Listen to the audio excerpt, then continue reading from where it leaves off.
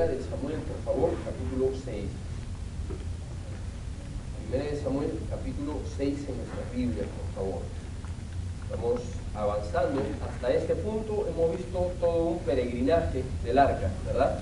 Llegó a tierra de los filisteos y paseó por varias ciudades. Nadie quería el arca. Bueno, vamos a continuar el día de hoy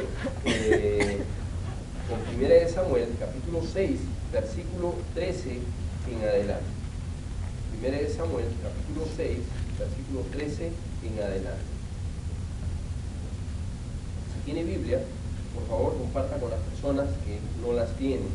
Primera de Samuel 6, versículo 13 en adelante. Dice así: y los de Bet-Semes segaban el trigo en el valle, y alzando los ojos vieron el arca, y se regocijaron cuando la vieron. Y el carro vino al campo de Josué de Bet-Semes, y paró allí donde había una gran piedra, y ellos cortaron la madera del carro y ofrecieron las vacas en holocausto a Jehová. Y los levitas bajaron el arca de Jehová y la caja que estaba junto a ella, en la cual estaban las joyas de oro, y las pusieron sobre aquella gran piedra. Y a los hombres de Bet-Semes sacrificaron holocausto y dedicaron sacrificios a Jehová aquel día. Cuando vieron esto, los 5 príncipes de los filisteos volvieron a Ecrón el mismo día. Estos fueron los tumores de oro que pagaron los filisteos en expiación a Jehová: por Asdod 1, por Gaza 1, por Ascalón 1, por Gat 1, por Ecrón 1. Y los ratones de oro fueron conforme al número de todas las ciudades de los filisteos pertenecientes a los cinco príncipes, así las ciudades fortificadas como las aldeas sin muro. La gran piedra sobre la cual pusieron el arca de Jehová está en el campo de Josué de Bet-Semes hasta hoy. Entonces Dios hizo morir a los hombres de Bet-Semes, porque habían mirado dentro del arca de Jehová. Hizo morir del pueblo a 50,070 hombres, y lloró el pueblo, porque Jehová lo había herido con tan gran mortandad. Y dijeron los de Bet-Semes: ¿quién podrá estar delante de Jehová, el Dios Santo? ¿A quién subirá de nosotros? Y enviaron mensajeros a los habitantes de Kiriat Jearim, diciendo: los filisteos han devuelto el arca de Jehová. Descended pues y llevadla a vosotros. Bien, para que más o menos podamos conectarnos con la historia y podamos seguir la secuencia, recuerde que los filisteos en una batalla trágica para Israel capturaron el arca, ¿verdad? Y después de muchos acontecimientos negativos para los filisteos, Dios los disciplina. Los filisteos terminan devolviendo el arca a la tierra de Israel.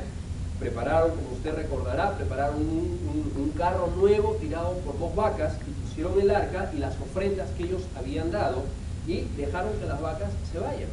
Las vacas empezaron a irse y fueron directamente a tierra de los israelitas, específicamente a la ciudad de Bet-Semes, ¿no? Va a ser importante que recuerde esto, porque vamos a hablar de ello un poco más adelante.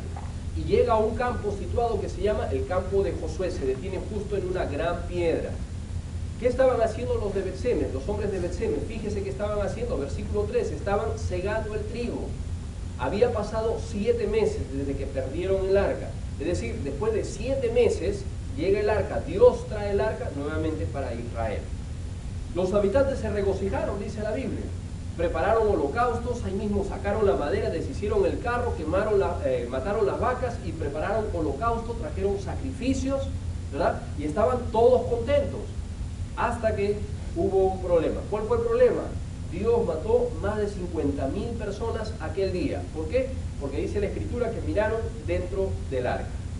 Para poder entender qué es lo que está sucediendo, necesitamos mencionar o hablar un poquito acerca de Bet-Semes. ¿Quiénes eran los habitantes de Bet-Semes? Jueces capítulo 1, versículo 33. Jueces 1:33. Marque por favor ahí en su Biblia, con una marca en Samuel, porque vamos a regresar. Jueces capítulo 1, versículo 33. En el libro de Jueces encontramos que Bet-Semes era el territorio que Dios había dado a los hijos de Efraín. Pero los hijos de Efraín no sacaron a los filisteos, no desocuparon la tierra, sino que decidieron convivir con los filisteos. Jueces 1:33. Jueces 1:33. ¿Lo tienen? Amén. Amén. Dice: tampoco Neftalí arrojó a los que habitaban en Bet-Semes, ni a los que habitaban en Benal, sino que moró entre los cananeos que habitaban en la tierra, mas le fueron tributarios los moradores de Bet-Semes y los moradores de Bet-Anat. ¿Qué hizo cuando tenían que sacarlos, erradicarlos de la tierra, a los cananeos, a los filisteos? ¿Los sacaron? No, no los sacaron. Dijeron, ¿para qué los vamos a votar? Mejor nos quedamos con ellos y los hacemos tributarios. Nos van a pagar tributo. Ahora, note esto, con el transcurso del tiempo, ellos violaron una ley de Dios. No obedecieron a Dios desde el comienzo. Dios tenía una razón clara para poder decirles: saca a los filisteos, no convivas con ellos, expúlsalos de la tierra. Ellos desobedecieron a Dios y dijeron: más práctico es que vivamos con ellos y que nos paguen tributo. Muy bien, va a pasar tiempo, van a pasar años en realidad, y vea cómo se va desencadenando todo esto. Ya Dios les había advertido. Al final ellos terminaron mezclándose con los filisteos. Inicialmente ellos les pagaban tributo, progresivamente los filisteos se fueron haciendo más fuertes y empezaron a mezclarse con ellos. No solamente en las actividades, no solamente en el comercio, no solamente interactuaban, sino que también se fueron contaminando. Vea, por ejemplo, usted puede anotar allí, anote nada más Jueces, capítulo 13 hasta el capítulo 16, no lo vamos a leer ahora, no se asuste, solamente para que lo lea en casa. Jueces, capítulo 13 hasta el versículo 16. Ahí tenemos la historia, por ejemplo, de Sansón, que justamente se desarrolla esta historia en el periodo de los jueces, en esta situación. Y vea que todos los eventos que están sucediendo con Sansón suceden muy cerca de Bet-Semes. Sansón es un claro ejemplo. Él está interactuando, cruza las fronteras de Israel con los filisteos y los filisteos están cruzando. Hay una interacción constante. Es más, de una ciudad bastante cercana a Bet-Semes, Sansón escoge a su primera mujer filistea. Ahí aparece la primera mujer que le roba el corazón a Sansón y el inicio de su decadencia. ¿Qué nos muestra esto? Que empezaron a mezclarse. Aún el mismo Sansón se mezclaba con los filisteos, interactuaba, escogió una mujer filistea para él. Y ahora eso sucedía con el juez. ¿Cuánto más no sucedería con el pueblo? Vamos a otro pasaje, Primera de Samuel, capítulo 7, versículos 3 y 4. El hecho de mezclarse trajo graves consecuencias para Israel. Dios les había advertido. ¿Y cuál era la mayor consecuencia? La contaminación espiritual. El hecho de convivir con los filisteos, ellos fueron adaptando la cultura, fueron adaptando la religión y terminaron contaminándose con la idolatría. Vea qué sucedió en Primera de Samuel, capítulo 7, versículos 3 y 4. Y habló Samuel a toda la casa de Israel diciendo: si de todo vuestro corazón os volvéis a Jehová, quitad los dioses ajenos y Astarot entre vosotros, y preparad vuestro corazón a Jehová, solo a él servid, y os librará de la mano de los filisteos. Entonces los hijos de Israel quitaron a los Baales y a Astarot, y sirvieron solo a Jehová. ¿Se da cuenta cómo habían adoptado el culto pagano?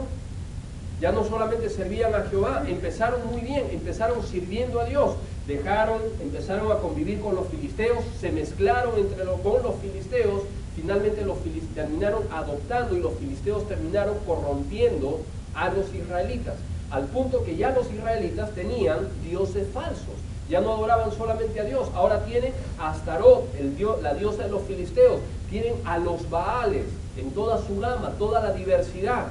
Ya llegó a ser algo común, notorio. Recuerde, un versículo que hemos estado tocando en todos estos capítulos, que menciona la característica del pueblo de Israel en la época de los jueces. Cada uno hacía lo que bien le parecía. Cada uno vivía a su forma. Cada uno hacía lo que le daba la gana, básicamente. Y eso es lo que estaba sucediendo. Al punto entonces, donde encontramos a un Israel bastante adormecido. Encontramos a un Israel con un servicio caótico. Encontramos a un Israel contaminado con Baales, con dioses paganos. Encontramos a un Israel haciendo lo que Dios no le dijo que haga. Esa era la situación normal, esa era la situación cotidiana, común de Israel. ¿Okay? Entonces, en esas circunstancias, así estaba Bet-Semes. Así estaba Bet-Semes. Entonces, en esas circunstancias, Dios va a traer el arca de regreso. En las circunstancias en las que se encontraban, Dios va a traer el arca de regreso. Ahora, ¿qué notamos en el capítulo 6? ¿Qué sucedió cuando Dios trae de regreso el arca y la trae a Bet-Semes, que es la ciudad límite entre los filisteos y los israelitas? ¿Qué sucedió? Mató a más de 50.000. La pregunta es, ¿por qué? ¿Por qué los mató? ¿Qué sucedió? ¿Qué es lo que hicieron mal para que toda esa alegría, ese júbilo inicial, ellos ven el arca, empezaron a celebrar? El arca volvía finalmente a Israel, para que todo ese júbilo se convierta en tristeza. Dios, hermanos, les estaba dando una clara y dura lección, una clara enseñanza. ¿Cuál era esta enseñanza? El arca de Dios era tan peligrosa para los filisteos como era también para los hijos de Israel. ¿Se acuerda qué pasó con los filisteos? Exactamente lo mismo. Los filisteos dijeron, la vamos a llevar donde está nuestro Dios Dagón. Y Dios humilló a su Dios y los humilló a ellos. ¿Y qué cosa les demostró? Dios no es cosa de juego. Dios es santo. Dios reclama la exclusividad. Muy bien, los judíos vienen, reciben el arca y dicen, llegó el arca, llegó el arca. Y Dios, ¡pum!, les da una nueva lección. La misma lección. El arca de Dios no es cosa de juego. La presencia de Dios no es cosa de juego. Dios demanda reverencia. Dios demanda respeto. Dios es un Dios santo. Esa es la lección que Dios les estaba dando, tanto a los filisteos como también les estaba dando esa lección a los judíos. Ellos estaban acostumbrados a hacer las cosas a su manera, recuerden. Ellos quieren recibir el arca y al mismo tiempo estar con los Baales. Ellos quieren recibir el arca y al mismo tiempo estar con Astarot. Ellos quieren hacer muchas cosas y Dios les dice, no, así no funciona la cosa. A mí me vas a respetar. Yo vengo acá, voy a habitar entre ustedes, pero me vas a respetar. Dios reclama la exclusividad. Dios es un Dios santo. Ese era el mensaje que les estaba transmitiendo.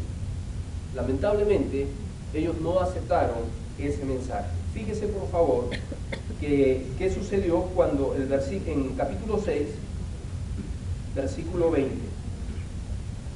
Perdón, el 19. ¿Qué sucedió cuando Dios les da un llamado de atención? ¿Qué sucedió cuando Dios los disciplina? ¿Qué sucedió cuando Dios les muestra esta verdad irrefutable? Dios es santo.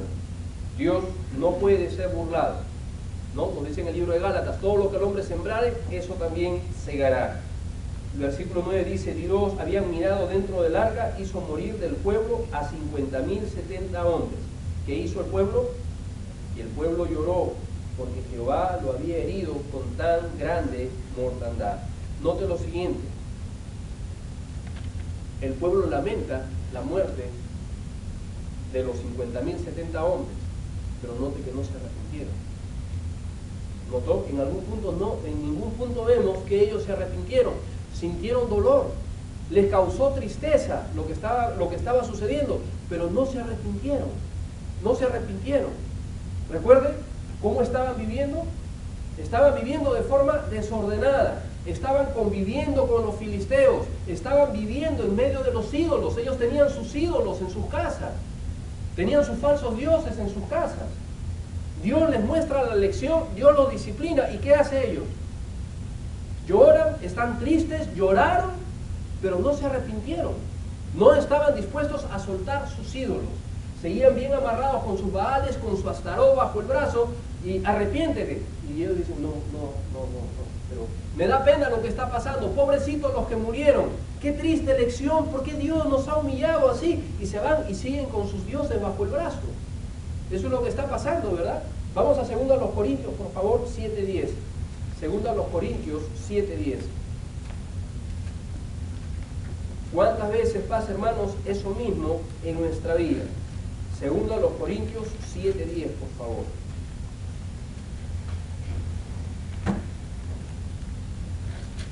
Voy a usar esto como una breve ilustración. Por ser negro le vamos a llamar pecado, ¿verdad? ¿Cuántas veces tenemos, hermanos, el pecado y nos acostumbramos así estaban los de Bet-Semes, ¿no? Estaban los de Bet-Semes, estos son sus Baales, acá están sus Baales, aquí adentro, bueno, no solamente los marcadores, están los Baales, ahí están toda su variedad de Baales, toda su variedad de Astarot, toda su variedad todos sus ídolos están acá. Y ellos dicen, acá están, estos, bueno, se está destruyendo los Baales, están saliendo.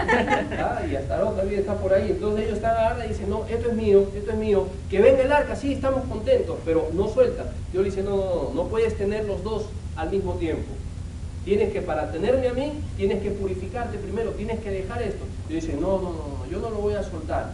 Entonces Dios los disciplina, ellos están llorando, pero note que no dejan. ¿Qué dice 2 Corintios 7:10, por favor? 2 Corintios 7:10. Porque he aquí esto mismo que habéis sido contristados según Dios, qué solicitud produjo en vosotros, qué defensa, qué indignación, qué temor, qué ardiente afecto, qué celo, qué vindicación. En esto os habéis mostrado limpios en este asunto. Está leyendo el 11. Porque la tristeza que según Dios produce arrepentimiento, note, para salvación, de que no hay que arrepentirse. Pero la tristeza del mundo produce muerte, ¿verdad? Y el versículo 11 ya nos muestra, dice, esto mismo que ha pasado, cómo habían reaccionado los corintios. Hay dos tipos de tristeza, nos dice la Biblia, y eso lo vimos la semana pasada. La tristeza que proviene del mundo y la tristeza que proviene de Dios. La tristeza que proviene del mundo es cuando frente al pecado, frente a las consecuencias, nos sentimos mal, nos sentimos tristes, nos duele. Sí, por supuesto. ¿Y qué produce la tristeza del mundo? Muerte. ¿Por qué muerte? Porque no produce ningún cambio. La tristeza del mundo es la tristeza que sentimos frente a las consecuencias, frente a alguna declaración de Dios. La conciencia se nos remueve y sentimos pena, sentimos tristeza, pero no genera arrepentimiento. Dice, la tristeza que viene según Dios, Dios también produce tristeza. Dios también nos exhorta a través de la palabra, nos exhorta y nos produce tristeza. Dios nos disciplina y nos produce tristeza. Pero esta tristeza, a diferencia de la del mundo, produce arrepentimiento, de la cual no hay que arrepentirse. Dice, esta tristeza es buena, no te arrepientas de esa tristeza. La otra tristeza es mala, ¿no? Es como la tristeza de la persona que toma, se emborracha, la tristeza del que fuma droga, fumó, se siente triste por todo lo que hizo. Al día siguiente, cuando ya se le pasa todos los síntomas, le dicen, ¿te das cuenta de lo que hiciste? No. Mira, acabas de atropellar a una persona, destrozaste todo el carro, mira, perdiste el trabajo. No me digas que todo eso hice. Sí, todo eso lo hice. Nunca más en mi vida vuelvo a tomar. Nunca más vuelvo a ir a una fiesta, y se pone a llorar. El siguiente sábado ya está metido en la fiesta otra vez. Ya está tomando otra vez. ¿Sintió tristeza? Sí, pero ¿qué tipo de tristeza? La verdadera tristeza produce arrepentimiento y dice, no, reconozco, eso está mal, no más. Esa es la tristeza. Los de Bet-Semes, ¿qué tipo de tristeza habían experimentado? Una tristeza del mundo. ¿Sintieron tristeza? Sí. Lloraron abundantemente y dijeron, oh, ¿qué pasó? Pero seguían, recuerden, seguían con sus Baales, seguían con Astarot. ¡Qué pena, qué situación! ¿Cómo pudo pasar eso? ¡Qué tristeza los familiares! Pero seguían con sus Baales, seguían con sus ídolos, ¿no? Note eso, seguimos avanzando. No solamente experimentaron tristeza, se alegraron también, ¿no? Momentos antes de que Dios matara, note qué hicieron. Se alegraron, ofrecieron sacrificios. Capítulo 6, 1 Samuel 6:14. Dice que vino al campo, cortaron la madera, hicieron holocausto a Jehová. Los levitas bajaron el arca, hasta ahí todo estaba bien. Dice, y los hombres de Bet-Semes, la última parte del versículo 15, sacrificaron holocaustos y dedicaron sacrificios a Jehová aquel día. ¿Qué hicieron? Holocausto, se alegraron. ¡El arca! Vamos a hacer sacrificios, vamos, ¿no? Cogieron, yo también. No solamente mataron las vacas, destruyeron el carro, ofrecieron sacrificios, también la gente vino con holocaustos. Más sacrificios para Jehová. Muy bien, fueron a su casa, trajeron corderos, yo no sé qué cosas más trajeron. Hermano, necesitamos más sacrificios. Y la gente fue corriendo y cantidad de sacrificios. Ahí estaban los levitas y todo se miraba bien, pero ¿cómo estaban ofreciendo los sacrificios? ¿Ah? ¿Nota? ¿Nota? Sigue con esto. No se arrepintieron. No dijeron, espérate, antes de ofrecer sacrificio. ¿Qué nos dijo el Señor Jesucristo? Cuando traes tu ofrenda al altar y te acuerdas que tienes algo contra tu hermano, deja tu ofrenda al costado y ve, arregla las cosas con tu hermano primero. Dicho en otra forma, Dios no acepta los sacrificios que no vienen de un corazón arrepentido. Dios no lo acepta. A veces nosotros pensamos, venimos a la iglesia igual, ¿no? Venimos a la iglesia, venimos tristes por las cosas que nos han pasado, pero venimos así y nos sentamos y escuchamos la predicación, ¿no? Qué pena, sí, tiene razón, sí. Tiempo de invitación, nos paramos, lloramos, sí, tiene razón. Entramos a la iglesia así, ¿y cómo nos vamos? Igualito nos vamos, trayendo nuestros vales y nuestros tarots bajo el brazo.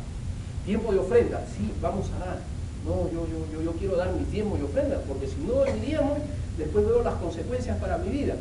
Y doy mi diezmo, saco mi billetera, doy mi diezmo, pero vea cómo lo estoy dando, ¿no? Yo lo estoy dando. Hacer cosas, sí, yo estoy dispuesto a participar, yo voy a hacer cosas. Y así estaban haciéndolo ellos. Estaban dando sacrificios para Dios, pero ni siquiera por eso se arrepintieron.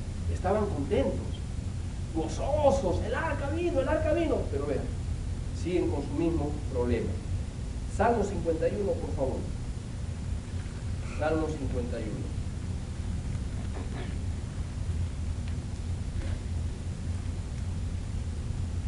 Salmo 51. Versículos 16 y 17.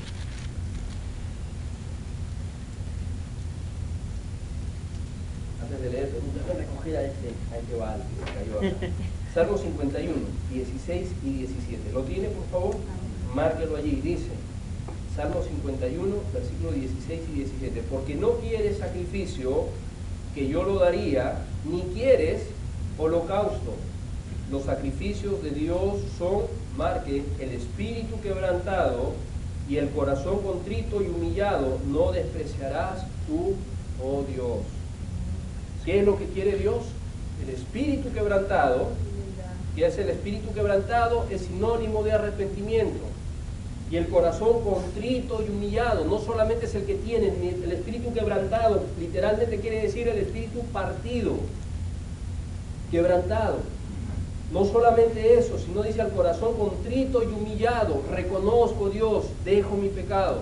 Eso es lo que Dios acepta. Son el corazón contrito, no despreciarás tú, oh Dios, haz bien con tu benevolencia. Más adelante dice, entonces, vea el versículo 19, la última parte, entonces ofrecerán becerros sobre tu altar. Entonces, es después que el corazón ha sido quebrantado, después que el espíritu ha sido humillado, después que el corazón está contrito, después viene entonces, Dios recibe los sacrificios. Dios recibe las ofrendas. Entonces tengo una mala noticia para darle. Antes que usted ofrende, usted piensa, hay gente que piensa, no, todo lo que la iglesia pide es dinero. No, hermano, un buen consejo. Si su corazón no está dedicado a Dios, si su corazón no está contrito y humillado, si no tenemos un corazón limpio, le aviso, le anticipo, esa ofrenda no será gratamente recibida al Señor. Bueno, entonces me la guardo, guárdesela, no hay problema, guárdesela, porque igual Dios no la acepta. No la acepta, ¿no? Entonces no piense que estamos, no, todos tienen que dar. No, hermano, primero hay que preparar nuestro corazón para poder dar, para que Dios reciba con agrado. Entonces, dice, vendrán las ofrendas, entonces verán los sacrificios. ¿Cuántas veces, hermano, hacemos un sacrificio para venir a la iglesia? ¿Cuántas veces hacemos un sacrificio en leer la Biblia? ¿Cuántas veces hacemos sacrificios personales para Dios? Pero déjeme decirle que si esto no va condicionado con un corazón contrito y humillado, no tiene ningún valor para Dios. Dios no lo está recibiendo. Dios no lo va a recibir. Ellos estaban dispuestos a lamentarse, estaban dispuestos a alegrarse, estaban dispuestos a ofrecer sacrificio, pero no querían dejar su pecado, seguían con sus dioses falsos bajo el brazo. Primera a los Corintios 10:11, por favor. Primera a los Corintios 10:11. Otra cosa que encontramos, no aprendieron de sus errores. No aprendieron de sus errores. Hace 7 meses, Israel había caído de forma catastrófica, triste en una batalla, ¿se acuerdan? Y Cabot, la gloria de Dios, fue traspasada.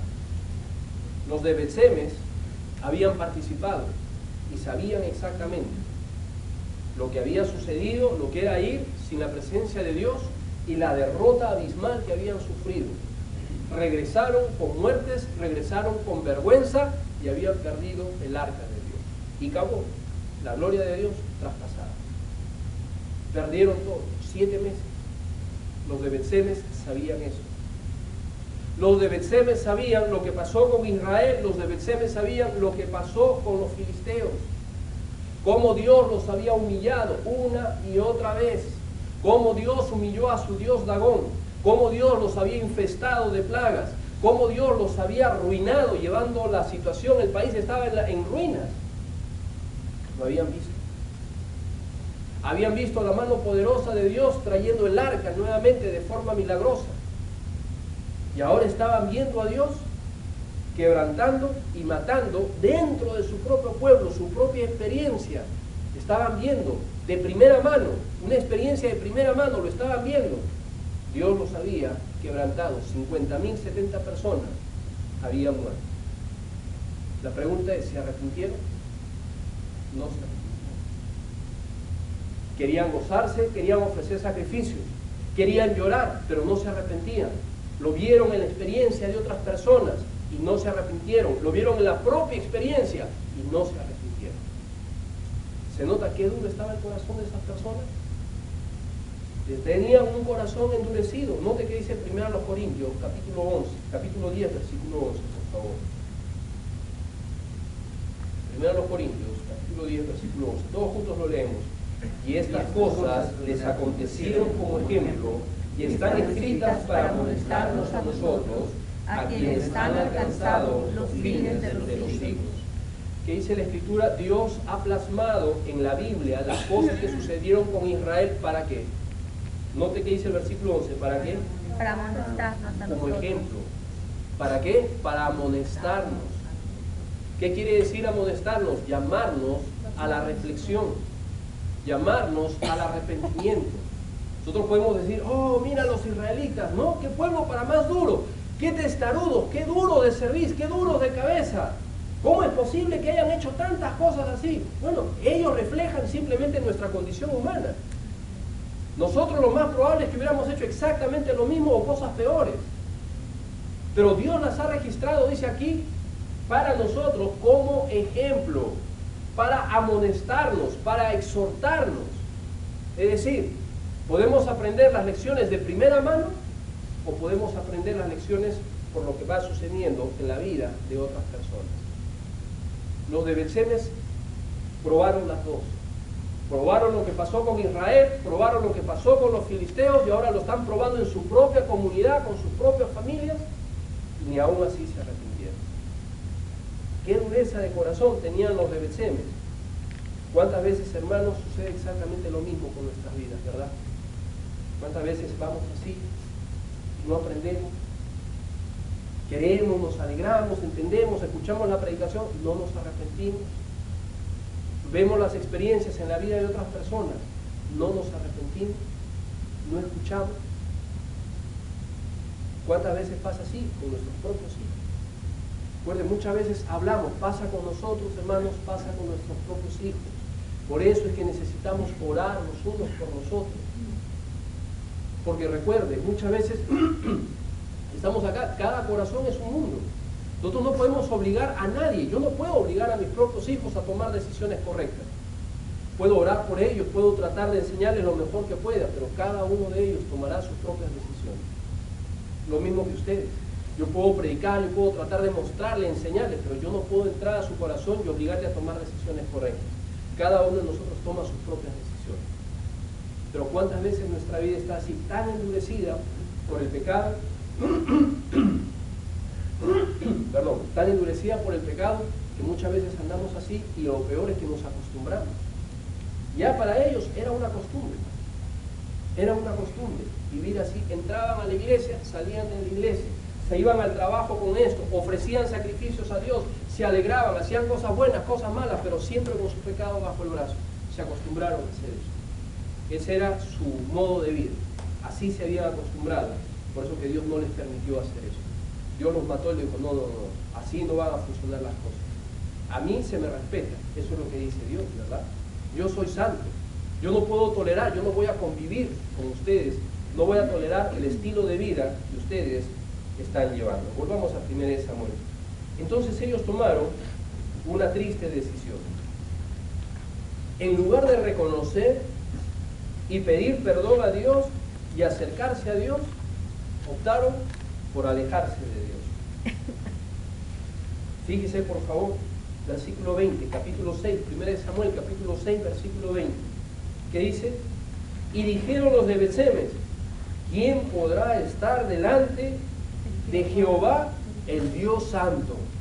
¿Reconocía o no? ¿Sí? ¿Quién podrá estar delante? ¿A quién subirá de nosotros? Y enviaron mensajeros a los de Kiriat Jearim diciendo: los filisteos han devuelto el arca de Jehová, desciende pues y llevadla a vosotros. Desciendan pues y llevadla a vosotros. ¿Qué hicieron? Que se vaya el arca. No, este Dios es demasiado santo, que se vaya el arca.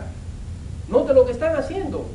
Dios le dice: deja tu pecado, la situación, el mensaje es fácil de entender, deja esto. ¿Y qué hicieron? No, que se vaya el arca, que el arca salga mejor, que se vaya.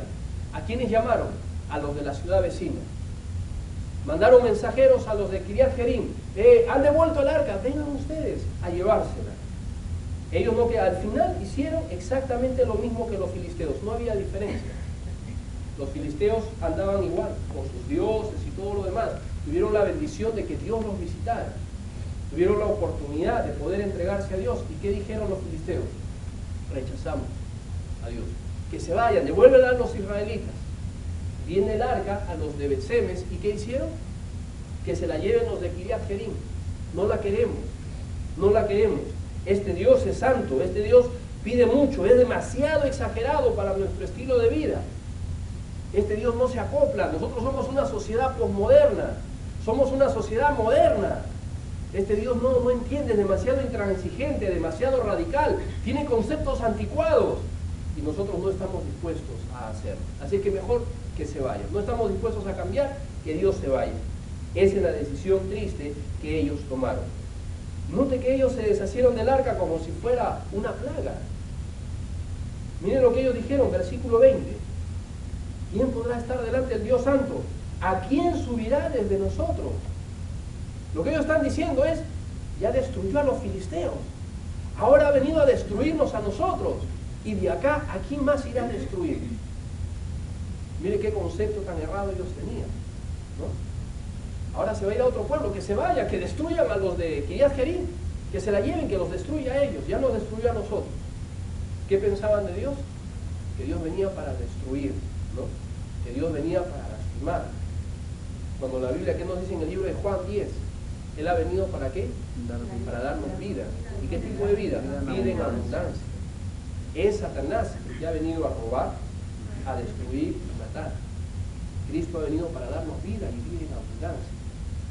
Pero como tenían todo el entendimiento entenebrecido, no podían entender. Dice: que se vaya el arca, que se vaya. El arca nos destruye, nos causa muchos problemas. ¿A quién se irá de nosotros? Note esto: escogieron los beneficios antes que Dios. ¿Sabe lo que implicaba que el arca se vaya? ¿Qué implicaba, hermano? Que se vaya el arca. ¿Cómo se iban a quedar? Note por favor capítulo 6, versículo 13. 1 Samuel, capítulo 6, versículo 13. ¿Qué hicieron? ¿Qué estaban haciendo? 1 Samuel, capítulo 6, versículo 13. ¿Y qué estaban haciendo? Es interesante que estaban segando el trigo. Segaban el trigo. Dios en su misericordia, el arca, habían perdido el arca. Sin embargo, Dios en su misericordia, hermano, no los dejó sin siega. Ellos continuaron 7 meses sin el arca y aparentemente su vida continuó de forma normal. Continuaron sembrando, continuaron regando sus cultivos y había llegado el tiempo de la cosecha y ellos estaban cosechando el trigo. Entonces para ellos estaban tan ensimismados en sí mismos, tan ensimismados en las cosas materiales, que dice: viene el arca, pero el arca nos está trayendo problemas. Si nos quedamos con el arca, o sigue muriendo gente, o tengo que soltar a mis dioses, que el arca se vaya. Total, si el arca no está, con el arca, sin el arca, igual vamos a tener cosechas. igual seguiremos sembrando, pensaron ellos. La vida no se afecta mucho, somos siervos de los filisteos, porque recuerde, hasta este punto, los filisteos han ganado. Ellos están bajo el servicio de los filisteos, bajo la opresión de los filisteos. No son libres. Pero dijeron, bueno, una libertad y tener que dejarlos Dios. Por este lado tengo libertad, tengo a Dios. Por este lado tengo mis dioses, esclavitud y un poco de comida. Me quedo con esto. Eso es lo que dijeron. Ellos optaron por los beneficios antes que Dios. Qué triste, cuando muchas veces nosotros hacemos exactamente lo mismo. Digo, bueno, sí, me gusta la iglesia porque me hace sentirme bien. Me gusta estar con los hermanos, me gusta hacer deporte, me gusta que oren por mí, pero sigo, ¿no? Con mi Baal y con mi Astarot y todo bajo el brazo. Luego a la iglesia, hago mis actividades, estoy en casa con mis hijos, con mi esposa, y seguimos así, todo bien. Pero llega el momento en que Dios nos va a confrontar. Dice, no, las cosas no van a seguir así. Ya te he dado oportunidad, te he tolerado muchas cosas. Esto no puede funcionar así. Decir, tú escoges, tus ídolos o yo. Ahí pensamos, pero escoge tu miseria o yo. Pero, bueno, que se vaya Dios, dijeron los filisteos. Que se vaya. Con tal de tener un poco de trigo, no hay problema. Con tal de tener cosecha, no hay problema. ¿Y cuántas veces hacemos exactamente nosotros eso? Dios quería que ellos dijeran, no, Dios, tú eres más importante que el trigo. Tú eres más importante que esa vida mediocre que estamos llevando. Tú eres más importante que todas las cosas. Rechazo esto, yo me quedo contigo. No importa tener o no tener, yo me quedo contigo. No me importa si las cosas fallan, yo me quedo contigo, porque es más importante tu presencia que tener todas las cosas materiales. Pero tristemente, hermanos, ellos no hicieron ninguna de esas cosas. Primera de Pedro, capítulo 1, por favor.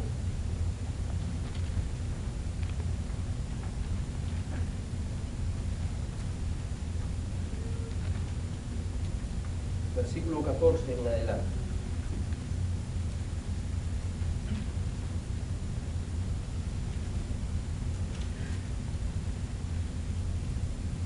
De Pedro capítulo 1, versículo 14 en adelante. Hermanos, Dios no va a tolerar convivir con nuestro pecado. Primera de Pedro capítulo 1, versículo 14 en adelante.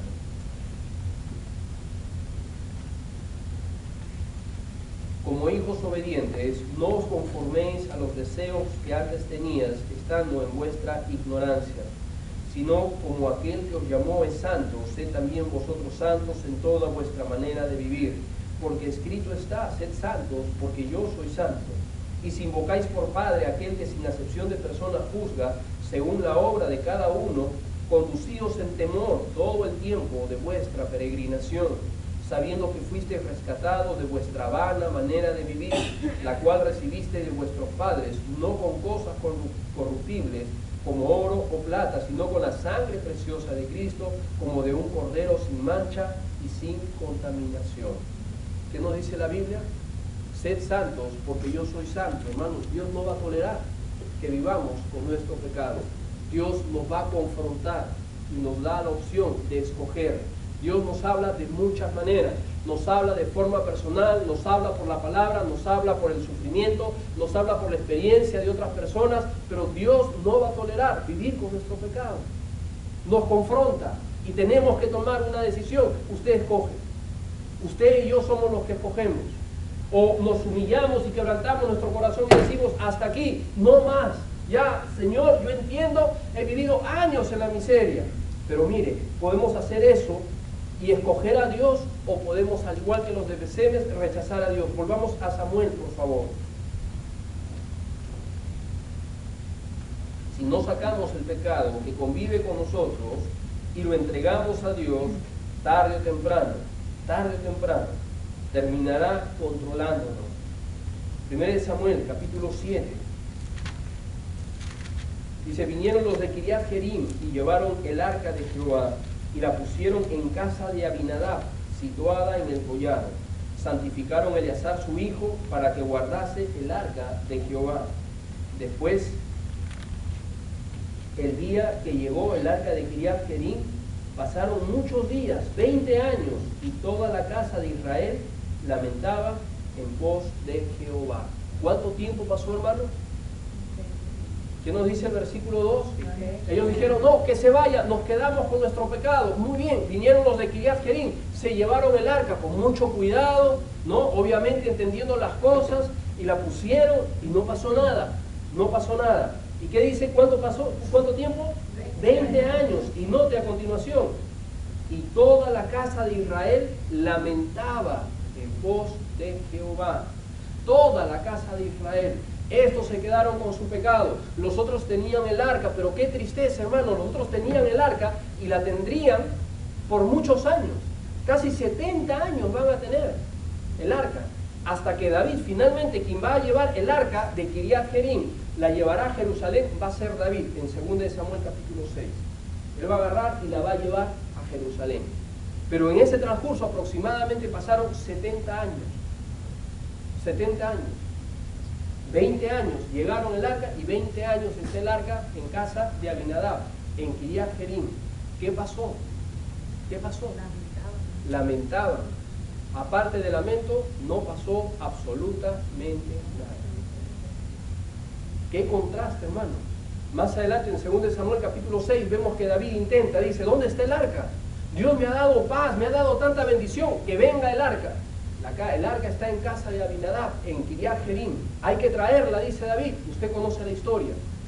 Fueron y con mucha algarabía trajeron el arca, pero lo hicieron nuevamente en la forma incorrecta. El arca en el carruaje donde iba empezó a temblar y Usa extiende su mano para coger el arca. ¿Y qué sucedió? Dios lo mató. Nuevamente, la lección. El arca no es cualquier cosa, es peligrosa. El arca representa la presencia de Dios. No se juega con la presencia de Dios. Dios no lo toleró con los filisteos, no lo toleró con los de Bet-Semes, tampoco lo iba a tolerar aún con David. Mató a Usa. David dice, qué pena, ¿qué hemos hecho mal? No, esto no puede ser ahí. Que se vaya a casa de Obed-Edom y ahí que se quede el arca. Llevaron el arca a casa de Obed-Edom, según de Samuel capítulo 6. ¿Sabe qué sucedió? La Biblia dice que Dios, en 3 meses estuvo el arca ahí y Dios lo bendijo. Y bendijo todo lo que estaba, bendijo su casa y todo lo que tenía. En 3 meses, hermano, en casa de Obed-Edom, Dios bendijo todo lo que tenía. 20 años en la casa de Abinadab y no pasó absolutamente nada. Qué contraste, ¿verdad? Qué contraste. Mientras estos agarraron y se quedaron acá, dijeron, no, mi pecado, yo me quedo lamentando. Yo me quedo acá, me quedo con mi pecado, me quedo con mi poquito de trigo, me quedo con mi miseria, que se vaya el arca. Los de acá dijeron, bueno, recibimos el arca, pero no pasó absolutamente nada. La tenemos el arca y note que la Biblia no dice en ningún instante que Dios bendijo a Abinadab y Dios bendijo al pueblo, Dios, absolutamente nada. ¿Cuántas veces, hermanos, como cristianos podemos ser como los de Bet-Semes? ¿Cuántas veces como cristianos podemos ser como los de Kiriat Jearim, verdad? Aceptamos al Señor, tenemos años en el Evangelio, tenemos la presencia de Dios en nuestra vida, pero no sucede absolutamente nada. No sucede absolutamente nada. Nadie se daría cuenta de que el arca estaba con ellos. No sucede absolutamente nada. ¿Por qué? Porque seguimos viviendo como los incrédulos. Porque seguimos haciendo las cosas que el mundo hace. ¿Qué? ¿Eras cristiano? No me digas. Yo ni por acá se me cruzó pensar que tú eras cristiano. No, sí voy a una iglesia. Y nunca nos dijiste. Pero si siempre estabas con nosotros en las fiestas. De verdad que si no me dices, yo ni descubro que eras cristiano. Cuando el verdadero cristiano ni siquiera necesita decirlo, inmediatamente uno se da cuenta, no, este debe ser de los raros, ¿no? Este es raro, este debe ser cristiano. Por su forma de hablar, por su comportamiento, por las cosas que dice, la gente al tiro nos va a sacar y va a decir, este es cristiano. Ni tenemos que decirlo, aunque el verdadero cristiano lo va a decir, no se va a avergonzar, él va a agarrar, va a hacer público su testimonio, va a decir, yo soy cristiano y esto, va a bien le va a decir, cállate, no hables mucho. Porque el cristiano verdadero quiere compartir su fe, ¿verdad? Pero con esto no pasó nada, nadie sabía. Es como una vecina que yo tenía. Yo tenía una vecina. Yo me convertí como a los 17 años. Era mi vecina, mira, justo al frente ahí al costadito vivía la vecina. Yo cuando me convertí a los 17, recién como a los 19 años, descubrí que ella era cristiana. Miren, 17 años viviendo en el mismo barrio, teniendo a mi vecina adelante. Yo sabía que iba a alguna iglesia, algo así, todos decían, ¿dónde te van los testigos? No sé qué decía, la gente hablaba, pero nadie se ponía de acuerdo qué cosa era. Católica, no era, decían. Esta no es católica porque nunca va a la iglesia católica, no la vemos ahí. La vemos que va con su Biblia, a veces sale. Entonces ya la gente especula, ¿no? En el barrio dicen, bueno, ¿y qué son? Uno diría, entonces nadie en el barrio se ponía de acuerdo. Uno decía, no, esto deben ser, quizás son evangélicos, quizás son cristianos o testigos, le decían. Pero ¿de qué es católico? Católico no es, decía. Algo es, nadie sabía, por boca de ella, nunca lo supimos. Y esta vecina tenía una tienda. Y nadie, para explicarle por qué la confusión crecía porque la vecina vendía cigarros, vendía todo en su tienda, ¿no? Nunca testificaba, nunca hablaba a otros de Cristo, nada. Entonces por eso la incógnita crecía. Entonces nadie sabía. Recién cuando nos convertimos, me convertí al Señor, nos convertimos en iglesia con la familia, empezamos a evangelizar a los vecinos, a hablarles de Cristo, llegamos donde la vecina a hablarle de Cristo. Y ahí nos descubrimos, no, yo soy cristiana. Oh, le invitamos a la iglesia. Empezó a congregar en la iglesia donde nosotros asistíamos. Y ahí nos dimos cuenta, ¿no? Ahí nos dimos cuenta que, bueno, sí, por lo menos dijo que era cristiana, sus hijos empezaron a tomar, asistían, no eran convertidos. Conocían del Evangelio, pero no eran convertidos. Finalmente reconocieron, allí es donde recién aceptaron al Señor Jesucristo. Pero el hecho está, hermanos, de que ellos empezaron a dar testimonio. Qué fácil una persona puede convivir con Cristo, hasta puede recibir a Cristo, y Cristo no puede marcar ninguna diferencia en su vida. ¿Habrá cristianos así? ¿Habrá personas así? Sí, tristemente las hay. ¿Son cristianos? Sí. ¿Son salvos? Sí. Y pueden tener años en el Evangelio, pero Dios no marca ninguna diferencia. ¿Qué dice la Biblia en 2 Corintios 5:17? ¿Qué dice? ¿Quién se lo sabe de memoria? Somos, ¿qué dice Joselito? Nueva criatura es, las cosas viejas pasaron, somos nuevas criaturas. Hermano, cuando somos nuevas criaturas, Dios nos va a bendecir, Dios empieza a acomodar nuestra vida en orden y todo lo demás, y la gente se dará cuenta de que somos cristianos. 3 meses, Obed-Edom, su casa fue bendecida. 3 meses, todo el mundo dijo, es notorio, le dijeron a David, ¿qué es del arca? Dijo David. No sabe lo que va a pasar con el arca. Obed-Edom, está en la casa de Obed-Edom. Dios lo ha bendecido. Todo el mundo notaba la diferencia. Era obvio que el arca estaba en la casa de él. Era notorio, una diferencia abismal. Luz y tinieblas, el arca estaba allí. Hermanos, una pregunta. ¿La gente podrá notar que la presencia de Dios está en nuestra vida? ¿Podrá notar la gente que la presencia de Dios está en nuestra vida de manera clara, de manera abismal? Podrán decir, sin motivo a duda, este tiene que ser cristiano. Sin motivo a duda, tal persona tiene que ser cristiana porque es notorio. Hay algo especial, su manera de actuar, su manera de hablar, hay algo especial. El mundo no sabe qué es. Le dicen, tiene un carisma especial, tiene ángel, tiene 1000 cosas, dirá el mundo. Pero no, es la presencia de Dios en su vida, simplemente eso. Algo debe tener esta persona porque yo veo que Dios la está bendiciendo, la gracia de Dios está sobre él, es notorio. Pero qué triste cuando una persona tiene años en el Evangelio y no es notorio. No se ve absolutamente nada. Pasa desapercibido como cualquier otra persona. No se ve bendiciones, no se ve la gracia de Dios sobre su vida, y no estoy hablando de cosas materiales, por si acaso.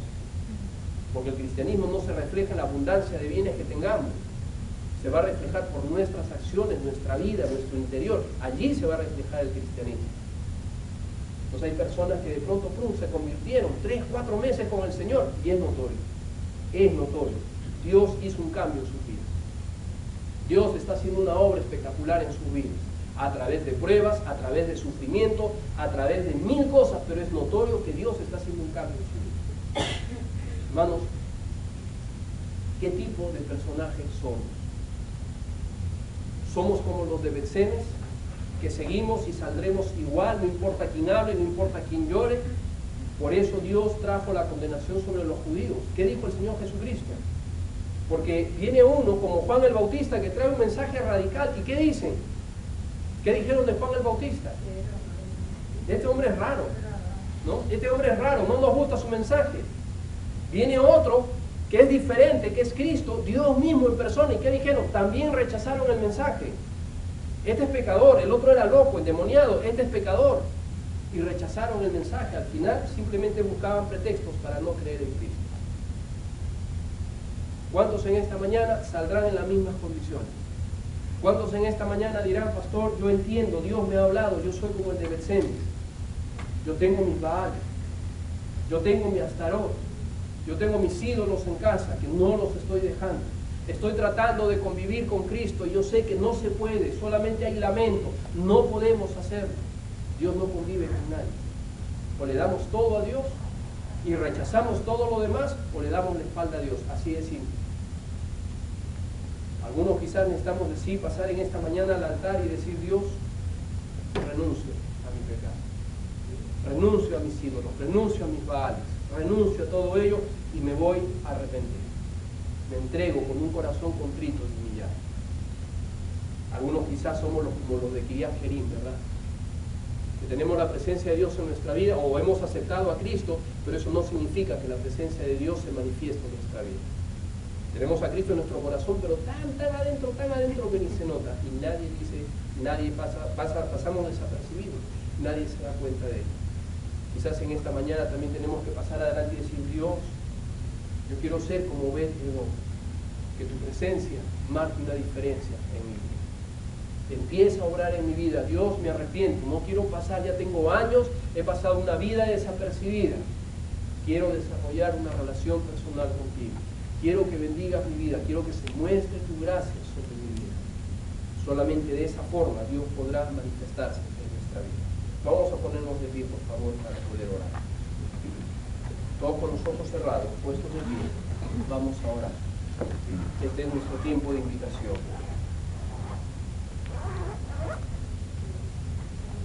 Con los ojos cerrados, oramos. La hermana Sara va a tocar un himno de invitación. ¿Cuántos de nosotros en este mismo instante, si el Señor le ha tocado, puede ponerse de rodillas, puede tomar asiento o quedarse de pie como el Señor le guíe? Pero este es un tiempo para tomar decisiones.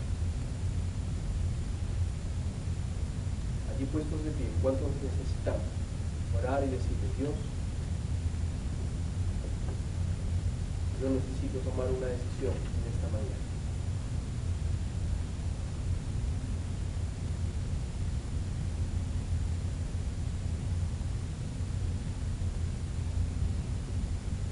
¿Cuántos estamos como los de Betsemes?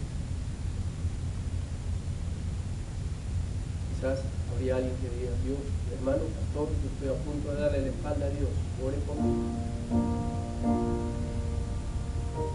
Yo necesito reconocer mi condición y arrepentir.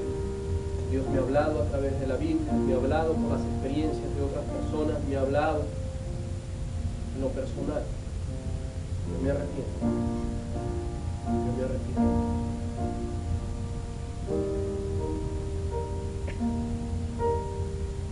Quizás algunos hermanos estamos notando que nuestra vida no refleja a Cristo. Dios no está obrando en nuestra vida. Somos cristianos, pero la presencia de Dios no está más en nuestra vida. Somos cristianos, pero Dios no está obrando, Dios no está cambiando nuestro corazón. Somos cristianos, pero nadie se daría cuenta de que somos en realidad cristianos. ¿Cuántos necesitamos quebrantarnos en esta mañana, orar a Dios y decirle, Dios, perdona? Quiero que me bendiga con tu presencia. Bendice mi vida, ayúdame a entregar, a desarrollar una relación personal contigo.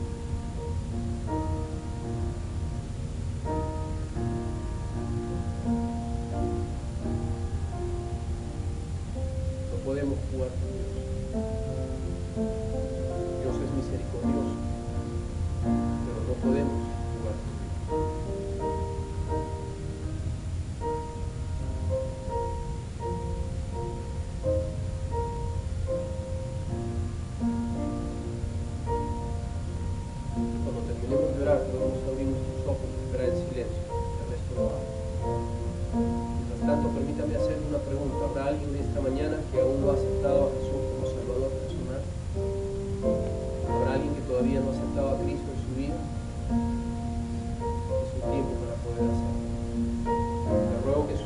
aceptado a Jesús en su vida, levante y baje su mano.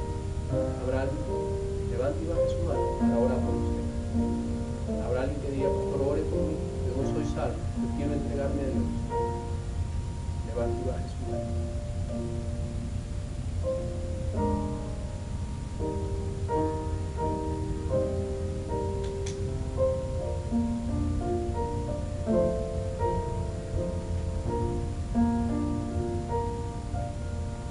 Señor, gracias te damos por este día, gracias por tu palabra. Pedimos por cada persona que ha tomado una decisión en esta mañana. Ayúdanos, Señor, a meditar, a no salir igual, Padre, a poder recordar, a poder entender lo que tú nos estás mostrando, Señor, a poder tomar decisiones importantes en nuestra vida. En el nombre de Jesucristo, tu Hijo amado, lo agradecemos y lo pedimos todo. Amén.